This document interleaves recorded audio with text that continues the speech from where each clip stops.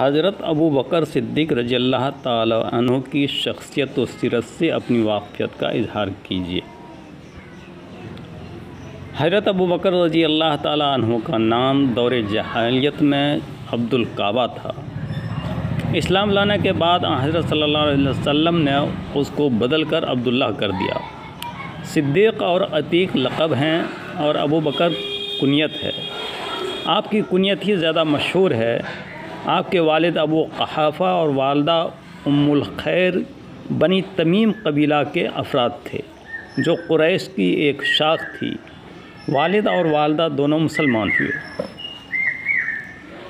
हज़रत अबू बकर रज़ियल्लाहु ताला अन्हु की वलादत हज़रत सल्लल्लाहु अलैहि वसल्लम के 2 या 2.5 साल बाद हुई।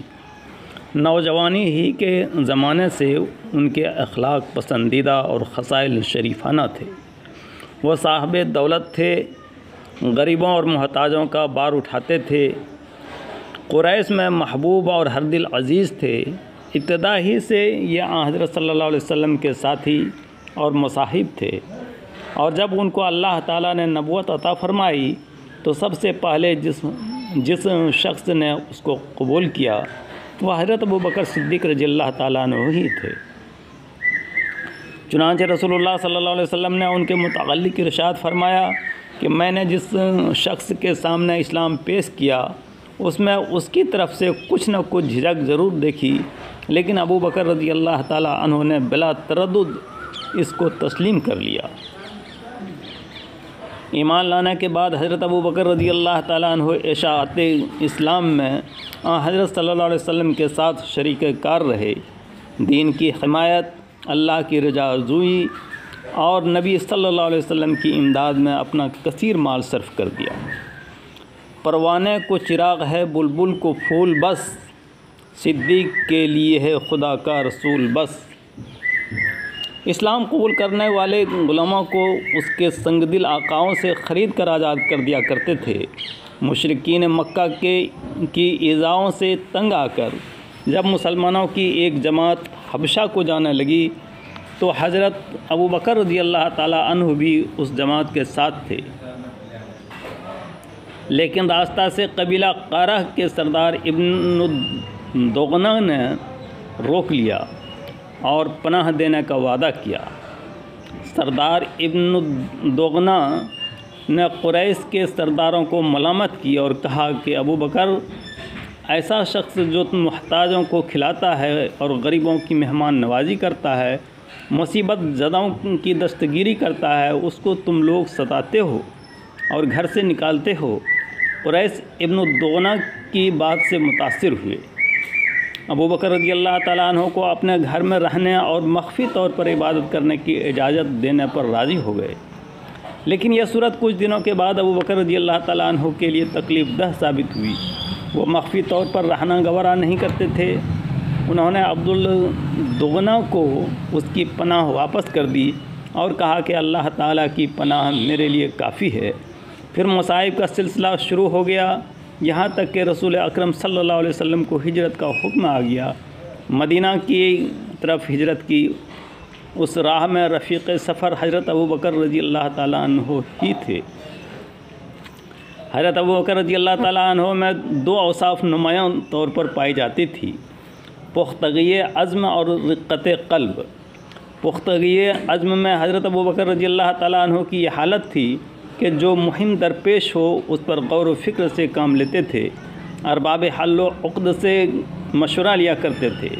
जब रास्ता मुतअय्यन हो जाता तो उस पर चल पड़ते थे, फिर किसी रुकावट को खातिर में न लाते थे। रिक़्क़त क़ल्ब का ये हाल था कि एक दर्दमंद इंसान की तरह दूसरों के मुसाइब को देखकर गमगीन हो जाते थे, आँखें अश्कबार हो जाती थी।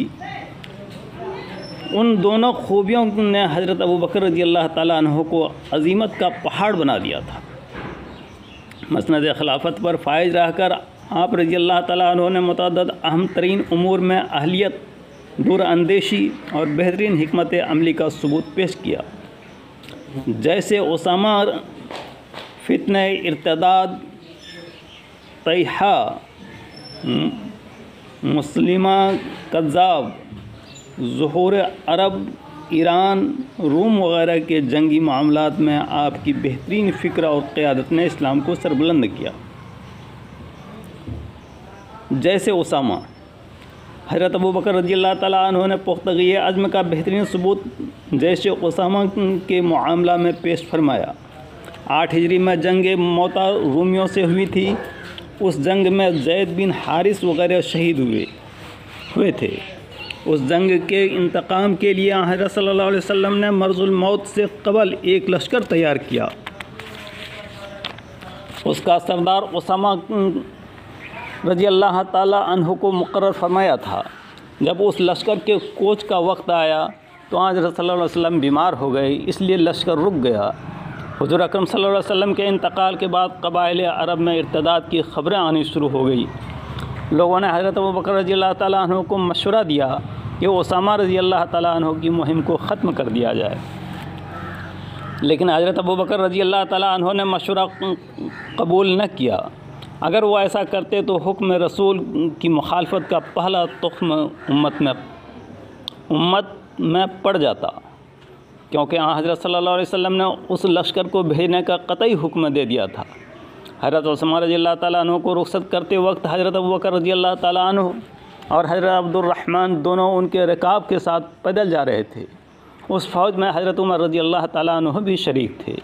हज़रत अबू बकर रज़ियल्लाहु ताला अन्हु ने हज़रत उसामा से दरख्वास्त की कि अगर मुनासिब समझा जाए तो हज़रत उमर रज़ियल्लाहु ताला अन्हु को मेरी मदद के लिए छोड़ दिया जाए।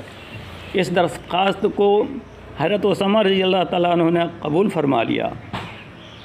यह जमहूरियत का बेहतरीन अमल था। ये लश्कर 11 हिजरी को मदीना से रवाना हुआ। 40 रोज़ के बाद कामयाबी के साथ मदीना वापस आ गया। उसकी कामयाबी के बेहतरीन नताइज सामने आए। फितने इर्तिदाद, हज़रत उसामा रज़ियल्लाहु ताला अन्हु की वापसी के बाद हज़रत अबू बकर रज़ियल्लाहु ताला अन्हु ने उसामा को मदीना में अपना कायम मुक़ाम बनाकर उनकी फ़ौज को भी उनके साथ छोड़ दिया और ख़ुद सहाबा की जमइयत लेकर मुर्तदीन से मुकाबला के लिए बनफ्स नफिस निकले। पहला पड़ाव मकाम अबरक में डाला। बनी ऐस से मुकाबला हुआ और मुकातला भी। वो शिकस्त खुदा भाग गया। आगे बढ़कर बनी ज़ुबियान को मगलूब किया। उसके बाद मदीना वापस आ गए। अब उसामा रज़ियल्लाहु ताला अन्हु के लश्कर के लोग ताज़ा दम हो चुके थे, इसलिए 11 फ़ौजी दस्ते बनाकर अतराफ़ के बाकी कबाइल की सरकोबी के लिए भेजा। खालिद बिन वलीद, अकरमा बिन अबी जहल, शर्जील बिन हसना, महाजिर बिन अबी उमैया, हुज़ैफ़ा बिन महसल व दीगर अकाबिर सहाबा क़यादत फरमा रहे थे। इस तरह फितने इर्तिदाद ख़त्म हो गया। तलहा बनी तमीम व मालिक बिन नवीरा, मुसैलमा कज़्ज़ाब और असवद अंसी ने नबूवत का दावा किया था। ये तमाम झूठे दावेदार थे जो अज़ीम फितना साबित हुए, जिनकी बतदरीज पूरी क़ुव्वत से दबाने में हज़रत अबू बकर रज़ियल्लाहु ताला अन्हु कामयाब हुए। ईरान, रोम की बड़ी सल्तनतें भी हज़रत अबू बकर रज़ियल्लाहु ताला अन्हु के लिए सद्दे राह साबित हो रही थीं। उन हुक्मरानों के साथ जंग हुई, इस्लाम को तारीख़ी फ़तह हासिल हुई। हज़रत अबू बकर रज़ियल्लाहु ताला अन्हु मसनद खिलाफत पर सिर्फ़ 2.25 साल कायम रहे। इस अहद में जज़ीरा अरब इस्लामी निज़ाम के मातहत आ गया। इंतज़ामी उमूर के तहत उस वक्त अरब को 10 हिस्सों में तकसीम किया गया था। खलीफा का गुजारा, खिलाफत के मनसब पर फायज़ होने के 6 माह तक ज़ाती तिजारत करते रहे, लेकिन जब खिलाफत की ज़िम्मेदारी बढ़ गई तो तिजारत मुमकिन न रहा, तो बैतुल माल से 6000 दिरहम सालाना गुजारा पर फ़राइज़ मनसबी अंजाम देते रहे।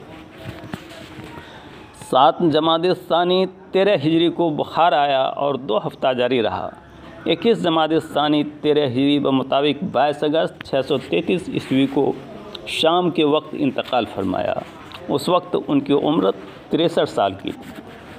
उनके जनाजा की नमाज हज़रत उमर रज़ियल्लाहु ताला अन्हु ने पढ़ाई और हज़रत आयशा रज़ियल्लाहु ताला अन्हा के हुजरा में नबी सल्लल्लाहु अलैहि वसल्लम के पहलू में दफन हुए।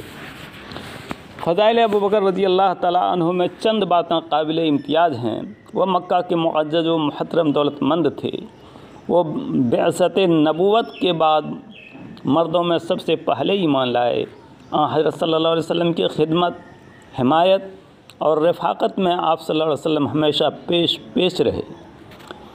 उन्हीं फ़ज़ाइल की वजह कर उस अंबिया के बाद कुल बनी नौ इंसान से अफजल तस्लीम किए गए हैं। नबी अकबर सल्लल्लाहु अलैहि वसल्लम की वफ़ात के बाद जो इख्तिलाफ़ रूनुमा हुआ, उनको ख़त्म करने और फितना इर्तिदाद को जिस उलुल अज़मी और दानिशमंदी के साथ थोड़ी मुद्दत में आपने मिटा दिया, ये तमाम बातें आपकी अज़मत और फ़ौक़ियत की नुमायाँ सबूत हैं।